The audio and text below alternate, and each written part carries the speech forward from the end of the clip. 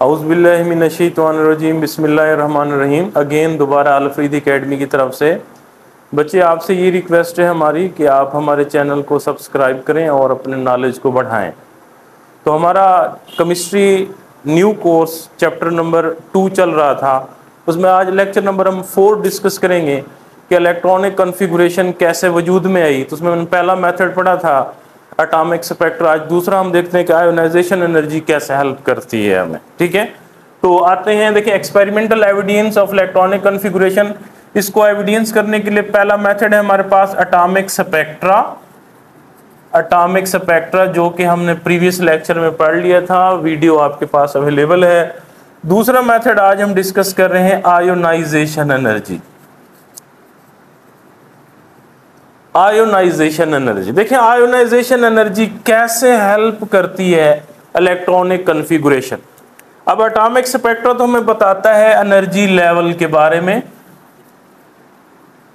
और गैप के बारे में।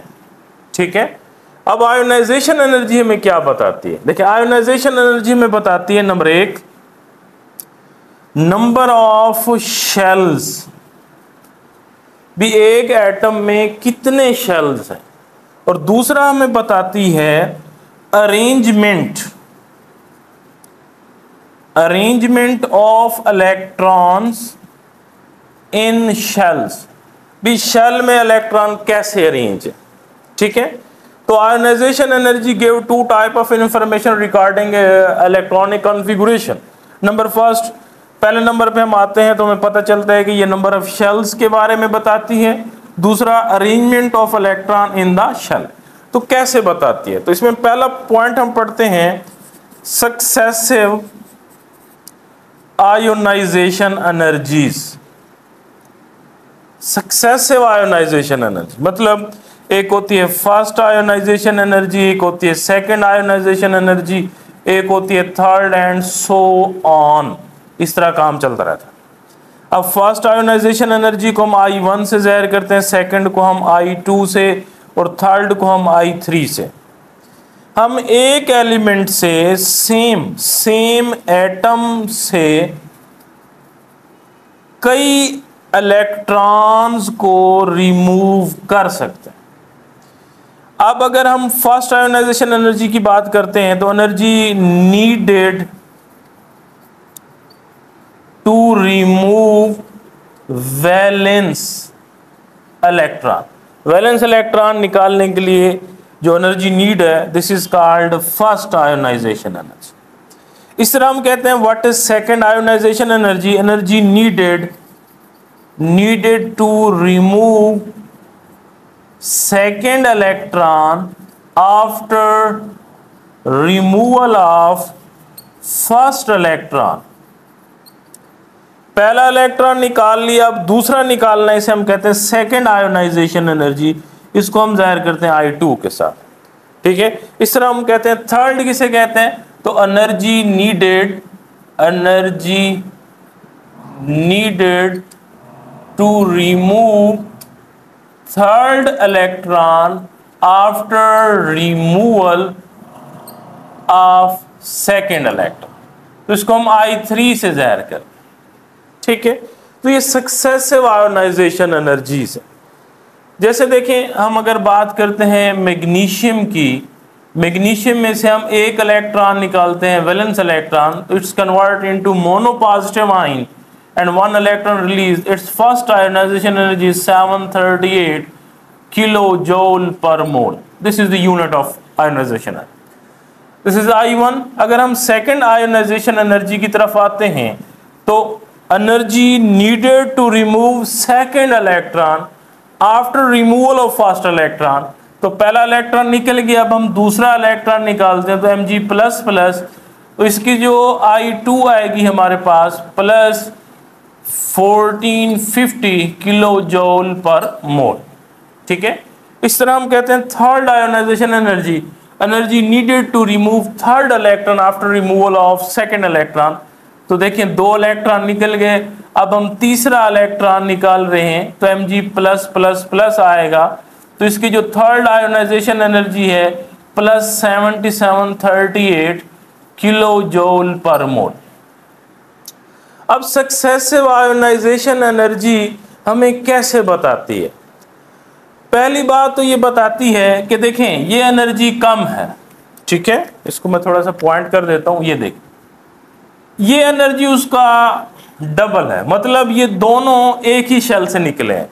लेकिन जब हम इधर आते हैं तो यहाँ शेल चेंज हो गया है, शेल चेंज हो गया, तो हम इसे कहते हैं कि एक जंप आता है, जंप इन एनर्जी, एनर्जी में एक जंप आ गया है। अगर हम इसका ग्राफ देखें तो हमें ग्राफ से समझ आएगा, बिल्कुल आसान है कि अब देखें वैलेंस इलेक्ट्रॉन निकाल रहे थे आप, तो ये देखें ये वैलेंस इलेक्ट्रॉन, अब जो ही देखें ये ग्राफ चेंज हो गया,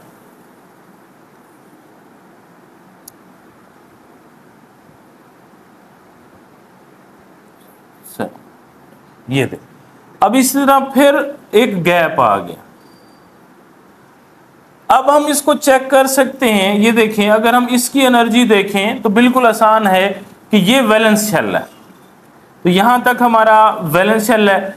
अब ये और शेल आ गया और ये और शेल है, तो ये जो गैप आ रहे हैं ना, gap in energy indicate the shells. तो इसमें 2 शेल हैं या 3 शेल है, हम इसको कह सकते हैं, ये first, second and third, 3 shell है, तो एनर्जी गैप आ जाता है। तो इस ग्राफ से हम डिस्कस कर सकते हैं कि नंबर ऑफ शेल, तो हमें नंबर ऑफ शेल का पता चल गया। और दूसरी बात arrangement of electron in shell, तो देखिए पहला शेल जो आखिरी है उसमें 2 इलेक्ट्रॉन है, फिर 8 इलेक्ट्रॉन है, फिर 2 इलेक्ट्रॉन। तो सक्सेसिव आयोनाइजेशन एनर्जी हमें 2 तरह की इंफॉर्मेशन देती है, पहला कि उसमें शेल्स कितने हैं, दूसरा उसमें अरेंजमेंट क्या है। तो शेल्स आप देख सकते हैं इसमें 3 हैं, इस तरह कोई और एलिमेंट उठा लें उसकी अपनी शेल्स की तादाद होगी। तो पहला पॉइंट हमारा क्लियर हो गया, successive ionisation energy mean two से हम 1 2 3 4 5 6 कई इलेक्ट्रॉन को निकाल सकते हैं। तो इलेक्ट्रॉन को निकालने के लिए अगर पहला निकालेंगे उसे फर्स्ट आयोनाइजेशन, दूसरा निकालेंगे सेकंड, थर्ड निकालेंगे थर्ड आयोनाइजेशन। अब इसमें एक छोटा सा क्वेश्चन एंट्री टेस्ट में आता है कि third ionization energy always greater than second and second is always greater than first. इसकी वजह यह है कि थर्ड आयोनाइजेशन एनर्जी में इफेक्टिव न्यूक्लियर चार्ज इंक्रीज हो जाता है, इफेक्टिव न्यूक्लियर चार्ज इंक्रीज होता है, तो nucleus pulls remaining electron toward itself with great force.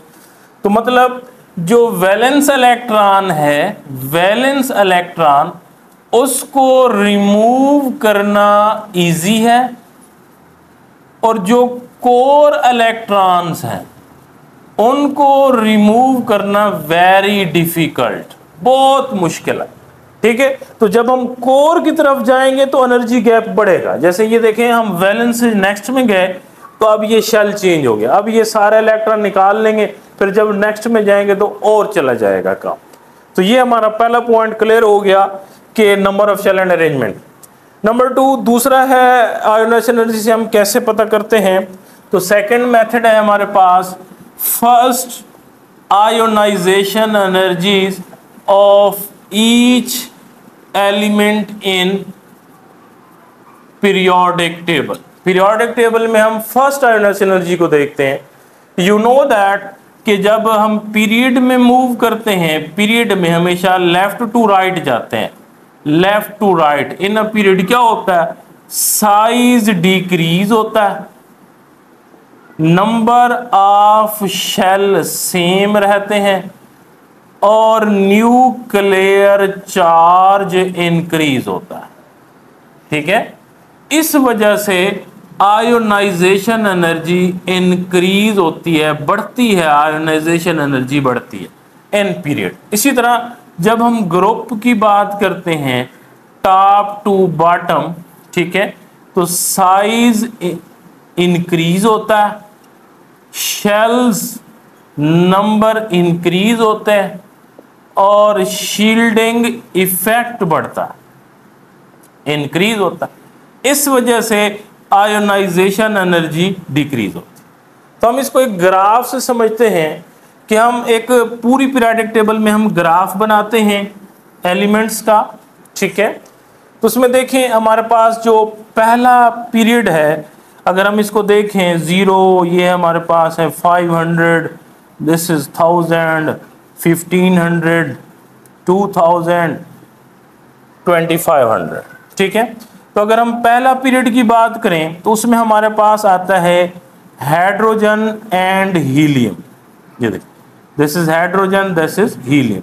तो ये फर्स्ट पीरियड हो गया हमारा।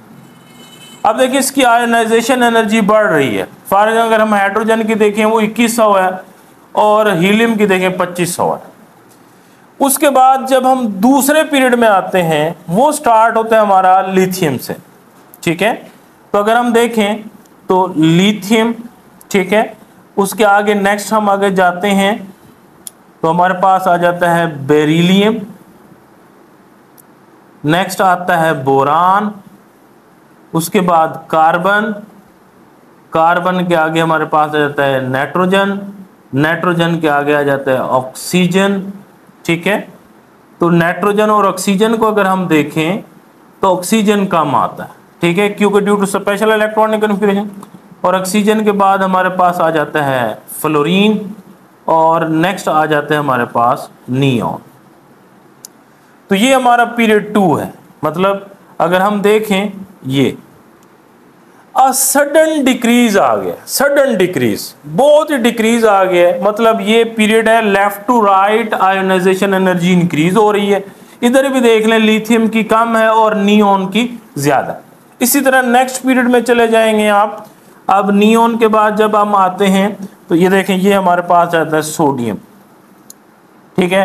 सोडियम के बाद हमारे पास आ जाता है मैग्नीशियम, ठीक है। उसके बाद हमारे पास आ जाता है एल्यूमिनियम एंड सो ऑन, और यहाँ पे आ जाएगा आर्गॉन। तो you know that this is second period and this is the third period. तो आप इसमें गौर से देखें ग्राफ को कि जब एक पीरियड चेंज होता है तो एनर्जी गैप आता है। तो इससे पता चलता है कि ये फर्स्ट पीरियड में नंबर ऑफ शेल जो थे 1 था, इधर आए हैं तो नंबर ऑफ शेल 2 हो गए हैं, इधर गए हैं तो नंबर ऑफ शेल 3 हो गए। और टॉप टू बॉटम देखें, अब ये पहला ग्रुप है हमारा हाइड्रोजन लिथियम। अब लिथियम की एनर्जी ज्यादा है और सोडियम की एनर्जी कम है, यानी top to bottom energy decrease हो रही है और left to right energy increase हो रही है, ठीक है। तो हमने आयोनाइजेशन एनर्जी से पता किया तो हमें पता चला कि जो फर्स्ट पीरियड है उसमें शेल 1 होता है, सेकेंड पीरियड में शेल 2 होते हैं, थर्ड पीरियड में शेल 3 होते हैं, इस तरह। तो आयोनाइजेशन एनर्जी से हमें पता चला है कि नंबर ऑफ शेल कितने और उसमें अरेंजमेंट कितना, ठीक है।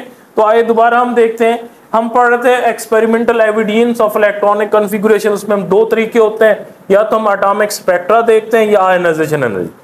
एटॉमिक स्पेक्ट्रा हमें सिर्फ 2 बातें बताता है, एनर्जी लेवल के बारे में और गैप्स के बारे में, ठीक है, ये हमने पढ़ लिया। दूसरा है आयोनाइजेशन एनर्जी। आयोनाइजेशन में 2 बातें बताती है, number of shell and arrangement of shell. अब इसको समझने के लिए हमें 2 चीजें करनी पड़ेंगी। एक तो करना पड़ेगा successive ionisation energy, first, second, third and fourth. तो अगर हम इसमें देखें, अब जब शेल चेंज करते हैं तो इसमें बहुत बड़ा गैप आता है। तो हम इसको ग्राफ से अगर देखें तो एक शेल के बाद जब हम दूसरे शेल में आए तो गैप आया, फिर दूसरे के बाद तीसरे में गए तो फिर भी गैप आया। तो इन गैप से हमें पता चलता है कि नंबर ऑफ शेल क्या है। और उसके बाद अगर हम एक ही शेल में रह के इलेक्ट्रॉन निकालते रहें तो कोई खास फर्क नहीं होता। तो हमें इसकी अरेंजमेंट का भी पता चल जाता है कि ये कौन से शेल से निकाल रहे हैं। आप वैलेंस इलेक्ट्रॉन से निकाल रहे हैं या कोर इलेक्ट्रॉनिक शेल से निकाल रहे हैं। दूसरा तरीका, हम हर एलिमेंट की फर्स्ट आयोनाइजेशन एनर्जी देखते हैं एंड यू नो दैट के left to right ionisation increase होती है और टॉप टू बॉटम डिक्रीज होती है। अगर हम लेफ्ट टू राइट की बात करते हैं तो अगर इस ग्राफ को हम देखें तो पीरियड में ये देखें हाइड्रोजन और हीलियम एक ही पीरियड में है, तो हाइड्रोजन की कम हीलियम की ज्यादा। इस तरह लिथियम से लेकर नियॉन ये दूसरा पीरियड है, तो लिथियम की कम और नियॉन की ज्यादा। Left to right ionisation energy is increasing, ठीक है। तो अगर हम पीरियड की बात करते हैं, पहले पीरियड में शेल्स की तादाद 1 है, दूसरे में शेल्स की तादाद 2 है, तीसरे में शेल्स की तादाद 3 है। इसी तरह हम टॉप टू बॉटम ग्रुप की बात करते हैं तो लिथियम की ज़्यादा और सोडियम की एनर्जी कम है, तो सोडियम की 496 होती है और लिथियम की उससे ज़्यादा होती है। तो इस तरह top to bottom ionisation decrease होती है। तो इसे हम कहते हैं कि इस तरह हम एनर्जी लेवल और अरेंजमेंट ऑफ इलेक्ट्रॉन और शेल्स की सीख चुके हैं, इलेक्ट्रॉनिक कॉन्फ़िगरेशन। आज तक इतना ही, कल मिलते हैं नेक्स्ट लेक्चर के साथ। अल्लाह हाफिज़।